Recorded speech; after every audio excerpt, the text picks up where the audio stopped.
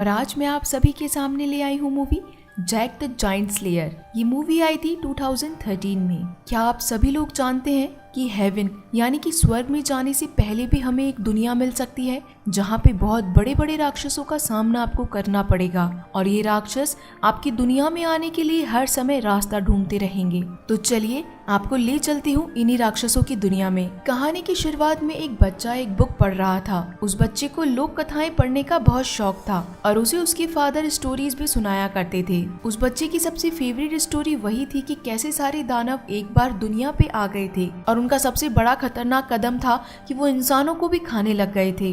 राजा Eric के राज में जब ये सब चल रहा था तो राजा एरिक ने सोचा कि ये सब हमारी मानव जाति को खत्म कर देगा, मुझे जल्द ही इसका कोई ना कोई उपाय सुझाना पड़ेगा। तब वो वापस सारे प्रीस्ट को कहता है कि आप इसका उपाय बनाइए ताकि मैं इन सभी दानवों को वापस उनकी दुनिया में भेज सकूं।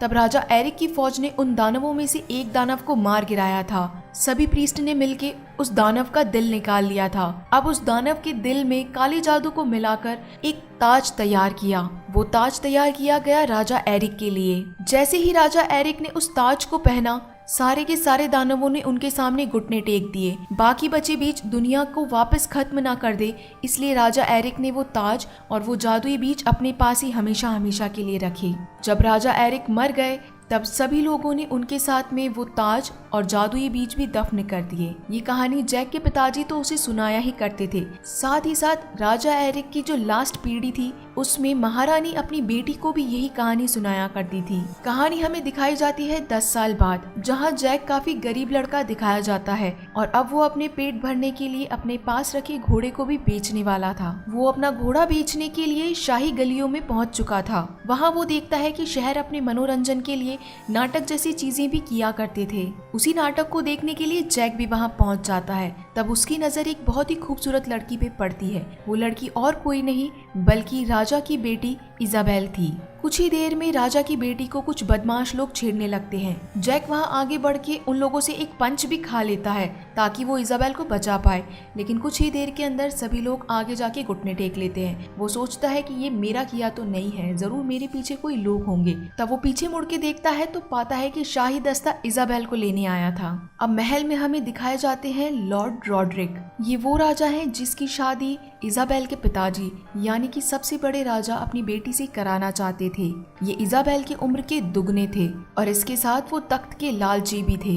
रॉड्रिक जब अपने कमरे में पहुंचता है तो वो पाता है कि कमरा बहुत ही बुरी तरीके से तहस नहस हो चुका है, यानी कि किसी ने इस कमरे को खोजने की कोशिश की है। वो सबसे पहले जाता है और एक गमले को तोड़ता है। गमले में वो अपना ताज तो पा लेता है, लेकिन दूसरी तरफ वो एक बुक भी खोलता है। बुक में से कोई चीज गायब थी। अब रॉड्रिक को पता चल चुका था कि उसकी कोई बहुत कीमती चीज चोरी हो चुकी है। वो आदेश देता है कि महल के सारे दरवाजे बंद करा दिए जाएं। चोरी करने वाला कोई चोर नहीं बल्कि एक मॉन्क था। अब मॉन्क को पता चल गया था कि सारे की सारी सेना उसके पीछे पड़ चुकी है। तब वो जैक को कहता है कि तुम ये घोड़ा मुझे बेच दो और इसके बदले मैं तुम्हें कुछ बीज देता हूँ। मॉन्क ने जो कीमती चीज चुराई थी वो वही जादुई बीज थे जो कि सालों पहले एरिक की कब्र में दफन थे। जैक कहता है कि मुझे इस घोड़े के बदले पैसे चाहिए, मैं इन बीजों को नहीं ले सकता। तब वो मॉन्क उसे बताता है कि ये कोई मामूली बीज नहीं है, ये या तो हमारी पूरी सदी को खत्म कर सकता है या फिर बचा सकता है।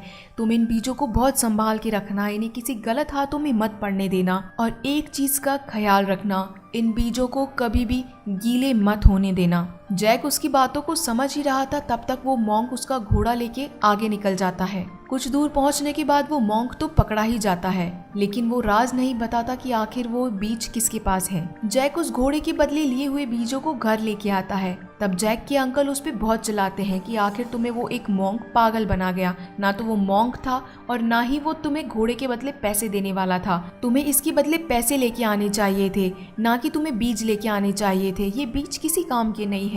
और वो टेबल पे से सारे बीज गिरा देते हैं। जैक वो सभी बीज इकट्ठे तो कर लेता है, लेकिन उनमें से एक बीज घर की दरार में से नीचे गिर जाता है, जिसके बारे में जैक को नहीं पता था। दूसरी तरफ इजाबेल राजा को बताने की कोशिश करती है कि आप हम पे विश्वास करिए, करिए, मैं ये पूरा राज्य चला सकती हूँ। तब राजा उसे कहते हैं कि तुम एक लड़की हो, तुम्हें तो शादी करनी ही है। इजाबेल ये भी मना करती है कि मुझे रॉड्रिक से शादी नहीं करनी, वो मेरी उम्र से 2 गुना है। इस कहा सुनी के बीच में वो राजा से गुस्सा होकर महल से चली जाती है। महल से निकलने के बाद जब वो बाहर पहुंचती है तो देखती है कि बहुत ही तेज बारिश हो रही है और उसे पनाह लेने के लिए अब कोई जगह चाहिए थी। तब वो वहाँ दूर से आई एक रोशनी का घर देखती है। वो घर और किसी का नहीं बल्कि जैक का ही था। जैक के घर में एंटर करते ही इजाबेल उस दिन वाले लड़के को पहचान जाती है कि इसी लड़के ने उसकी जान बचाई थी। जैक भी उस लड़की को पहचान जाता है कि ये और कोई नहीं बल्कि राजा की बेटी है। जैक इसी के साथ अपनी माँ की एक पुरानी बुक भी इजाबेल को देता है कि ये तुम यादगारी के तौर पे अपने पास रख लो, शायद इसी बहाने मैं तुम्हें याद भी आ जाऊं। वो दोनों बात कर ही रहे थे कि बारिश इतनी तेज होने के कारण उनके घर में भी पहुंच चुकी थी। दरारों में से होता हुआ पानी पहुंच गया था उस बीच की तरफ जो कि नीचे पड़ा था और बीच को पानी लगते ही वो फूट पड़ा एक बहुत ही बड़े पेड़ में। जैक तो उस घर से बाहर आ गया था लेकिन इजाबेल अभी भी उसी घर में ही अटकी थी और कुछ ही सेकंड के अंदर वो पेड़ चला गया था आसमानों की ऊंचाइयों में, जहां वो जैक के घर को भी अपने साथ ले गया था। अगली सुबह शाही दस्ता आके जैक को होश में लाता है कि ये सब क्या हो रहा है और मेरी बेटी कहाँ है। तब जैक उसे सारी बात बताता है कि कल रात मेरे घर के अंदर से बहुत बड़ा पेड़ निकला जो कि सीधा आसमानों में चला गया और इजाबेल भी उसी घर में थी। तब राजा अपनी बेटी को लाने का आदेश देता है। रॉड्रिक उस समय कहता है कि मुझे अपने होने वाली मंगेतर के लिए आप इतना तो करने दे ही सकते हैं, मैं लेने जाऊंगा इजाबेल को। उसी समय जैक भी कहता है कि ये सब मेरे कारण ही हुआ है, इजाबेल को लेने मैं भी जाऊंगा। अब राजा की सबसे बहादुर टुकड़ी रॉड्रिक के साथ में उस पेड़ के ऊपर चढ़ना शुरू कर देती है। रॉड्रिक की नीयत स्टार्टिंग से ही खराब थी। रास्ते में आगे चलते चलते शाही दस्ते के यानी कि जो किंग के सोल्जर्स थे, रॉड्रिक ने उन्हें बीच में से ही रस्सी काट के नीचे फेंक दिया था ताकि वो उसे ऊपर ना लेके जा पाए। काफी मेहनत के बाद कुछ लोग ही बचे थे जो कि ऊपर पहुंच पाए थे। उसमें रॉड्रिक था, रॉड्रिक के साथ में 2 लोग और थे, इसी के साथ में जैक था। जैक के साथ में किंग का सबसे होनहार सोल्जर यानी कि एल्मनॉट था। अब वो सभी पहुंच जाते हैं दानवों की उन दुनिया में, जिसे देख के वो चौंक जाते हैं कि इतनी ऊपर एक दुनिया हो भी सकती थी।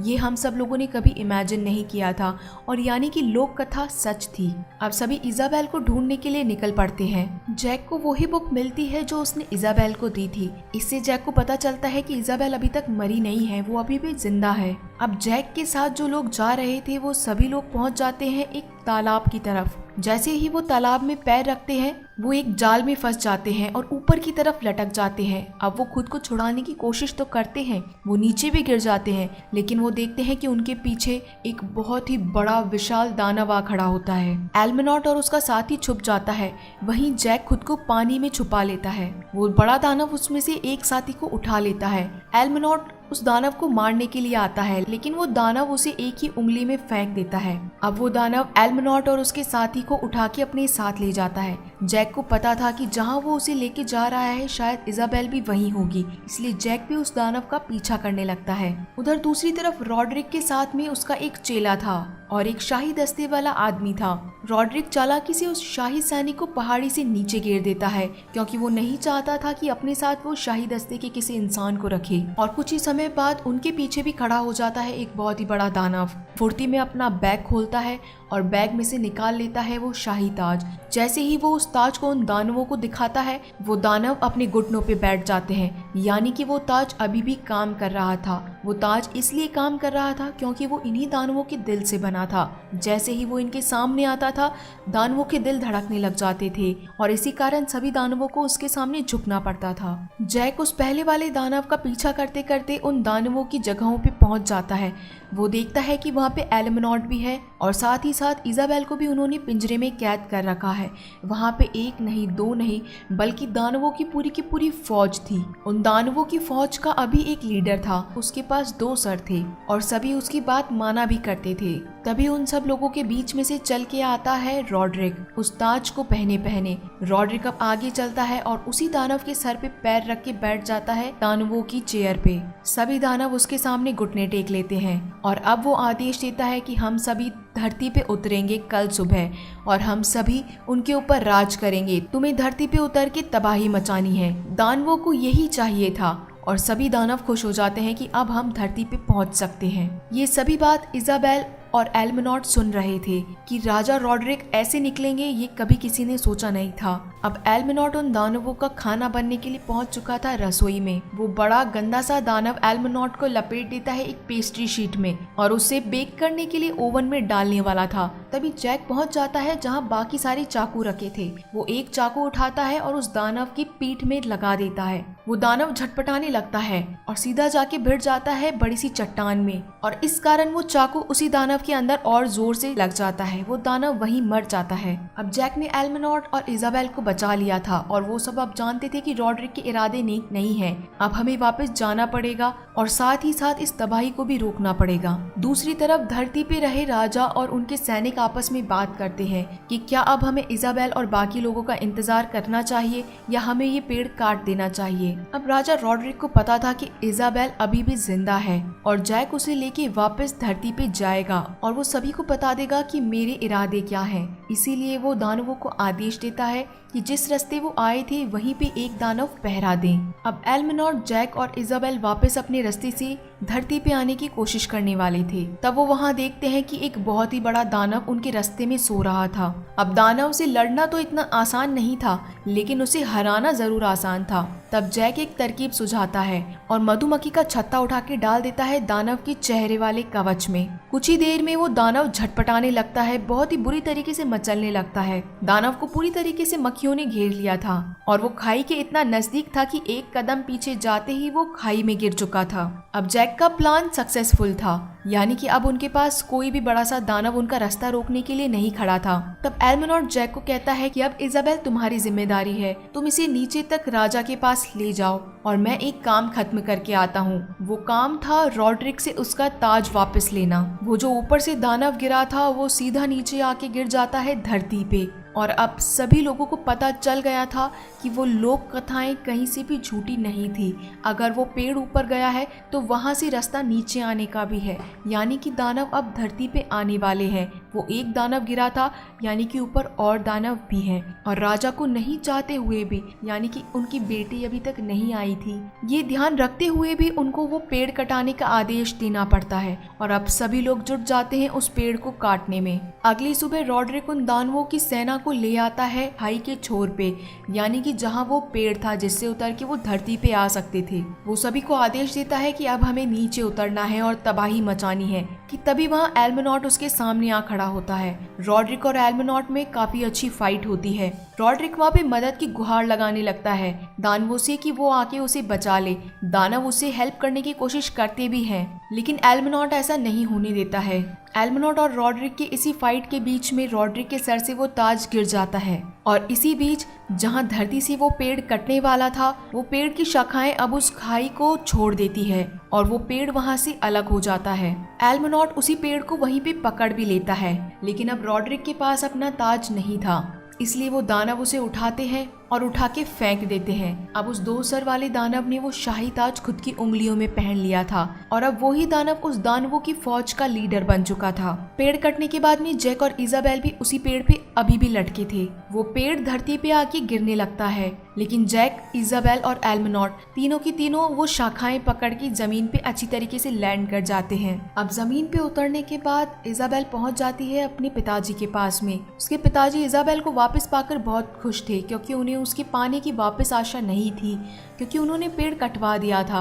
अब वो जैक को भी इसकी बधाई देते हैं। दूसरी तरफ वहाँ वो 2 सर वाले दानव को वो बैग मिल जाता है जिसमें जादुई बीन्स थे। अब वो उन बीन्स को लेके पानी में डाल देता है और वहाँ देखते ही देखते 5 बहुत बड़े बड़े पेड़ निकल आते हैं। सभी के सभी दानव उन पेड़ों पे लटक जाते हैं धरती पे आने के लिए। जैक उन बीजों में से एक बीज अपने पास भी रख लेता है। अब वो अपने घर की तरफ जा ही रहा था कि तभी उसे आसमानों से आती काफी तेज आवाज सुनाई देती है और अब उसे पता चल गया था कि वो दानव नीचे फिर से आ चुके हैं। वो सभी को चेतावनी देने के लिए भागता है कि सभी वापस महल की तरफ चले जाएं और अब उनके पीछे पीछे वो दानव भी आने लगते हैं। एक के बाद एक वो सबको खत्म करने लगते हैं, इंसानों को खाने लगते हैं। शाही दस्ता पहुंच गया था महल के पुल पे। वो महल का पुल एल्मनॉट बंद करने ही वाला था, तभी जैक भी अपने घोड़े से एक अच्छी छलांग लगा के पहुंच जाता है महल के अंदर। दानवों की सेना महल में ना घुसे इसलिए राजा की सेना पानी में ही आग लगा देती है। महल का दरवाजा बंद होने ही वाला था, तभी वो दानवों का लीडर उस ब्रिज को पकड़ लेता है। तभी राजा की सेना उस पे तीर चला देती है और वो पानी में गिर जाता है। पानी में गिरने के कारण वो जलने लगता है और अब वो उस रास्ते से ऊपर ना आके अपना रास्ता बदल लेता है। दूसरी तरफ अभी भी मुसीबतें कम नहीं हुई थी। बाकी बचे दानव एकजुट होके अब महल पे हमला करने वाले थे।